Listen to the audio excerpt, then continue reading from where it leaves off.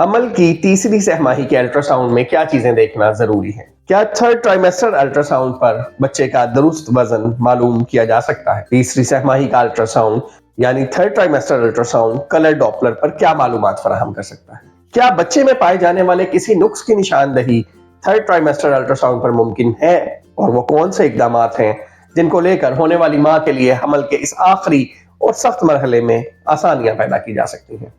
اس video کے اختتام تک آپ ان تمام اور بہت سے دیگر سوالات کے جوابات جان چکے ہوں گے۔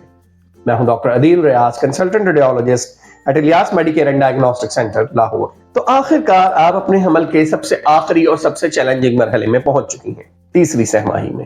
یہ مرحلہ عام طور پر حمل کے 28ویں ہفتے سے شروع ہو کر 40ویں ہفتے تک جاری رہتا ہے، یا جب تک ڈیلیوری نہ ہو جائے، یعنی اسے حمل کے 7ویں، 8ویں اور 9ویں مہینے کے طور پر جانا جا سکتا ہے۔ یہ وہ وقت ہوتا ہے جب بچہ تیزی سے بڑھ رہا ہوتا ہے اور ماں کے جسم میں بہت سی تبدیلیاں رونما ہو رہی ہوتی ہیں۔ جسم خود کو ڈیلیوری کے عمل کے لیے تیار کر رہا ہوتا ہے۔ ویڈیو میں آگے بڑھنے سے پہلے میں آپ کو کہنا چاہوں گا کہ اگر آپ نے ابھی تک ہمارا چینل سبسکرائب نہیں کیا تو اسے سبسکرائب کر لیجئے اور بیل آئیکن کلک کر دیجئے تاکہ صحت کی آگہی سے متعلق ہماری آنے والی ویڈیوز آپ تک بر وقت پہنچتی رہیں۔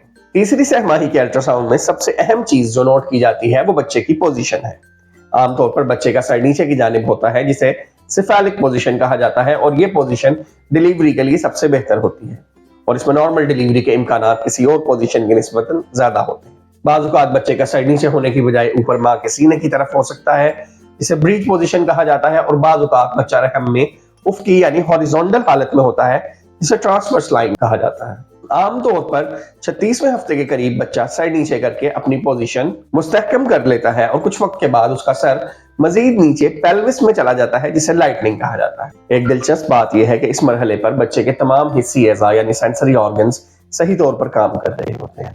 بچہ دیکھ سکتا ہے، دن اور رات کا فرق محسوس کر سکتا ہے، وہ ماں کی آواز کو صاف سن سکتا ہے، اور سب سے زیادہ الرٹ اسی وقت ہوتا ہے جب وہ اپنی ماں کی آواز سنتا ہے۔ یہاں تک کہ بچہ رحم کے اندر مسکرا سکتا ہے، آنکھیں جھپک سکتا ہے اور رو بھی سکتا ہے۔ کئی مرتبہ ہم اپنی الٹراساؤنڈ مشین پر بچے کو جوائی لیتا یا انگوٹھا چوستے ہوئے دیکھ سکتے ہیں، اور Ilyas Medicare and diagnostic centre پر ہیڈ آن اسکرین کی وجہ سے ہونے والی ماں ان خوبصورت لمحات کا خود بھی مشاہدہ کر سکتی ہے۔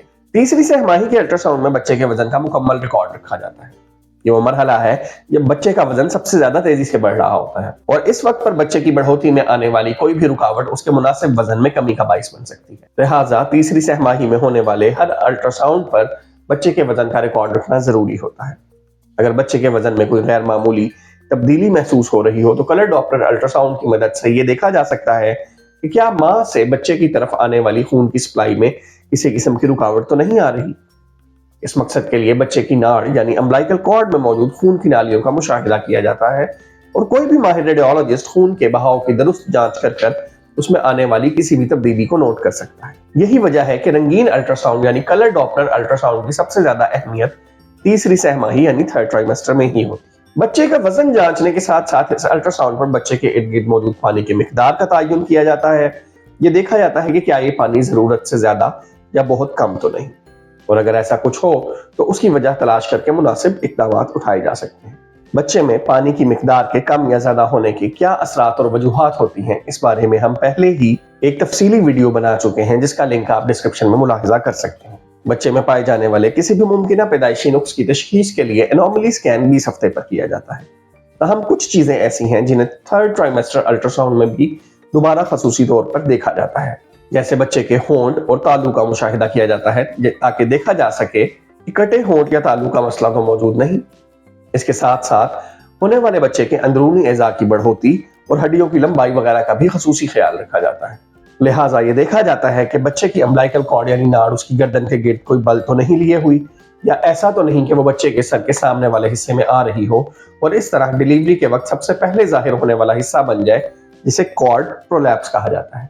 ایسی کسی بھی صورت میں ڈیلیوری کے وقت مناسب حفاظتی اقدامات کا ہونا ضروری ہے، اور بعض صورتوں میں نارمل ڈیلیوری کی بجائے سی سیکشن کا فیصلہ بھی کیا جا سکتا ہے۔ پلیسنٹا یعنی بچے کی اوول کی پوزیشن کے بارے میں ہم اپنے گزشتہ الٹراساؤنڈ پر جان چکے ہوتے ہیں، لیکن تھرڈ ٹرائمیسٹر الٹراساؤنڈ میں اس پوزیشن کو ریکنفرم کیا جاتا ہے، اور اس بات کو یقینی بنایا جاتا ہے کہ اگر نارمل ڈیلیوری پلان کی جا رہی ہو تو پلیسنٹا بچے دانی کے منہ سے مناسب فاصلے پر موجود ہو، یعنی پلیسنٹا پریویا کی حالت نہ ہو۔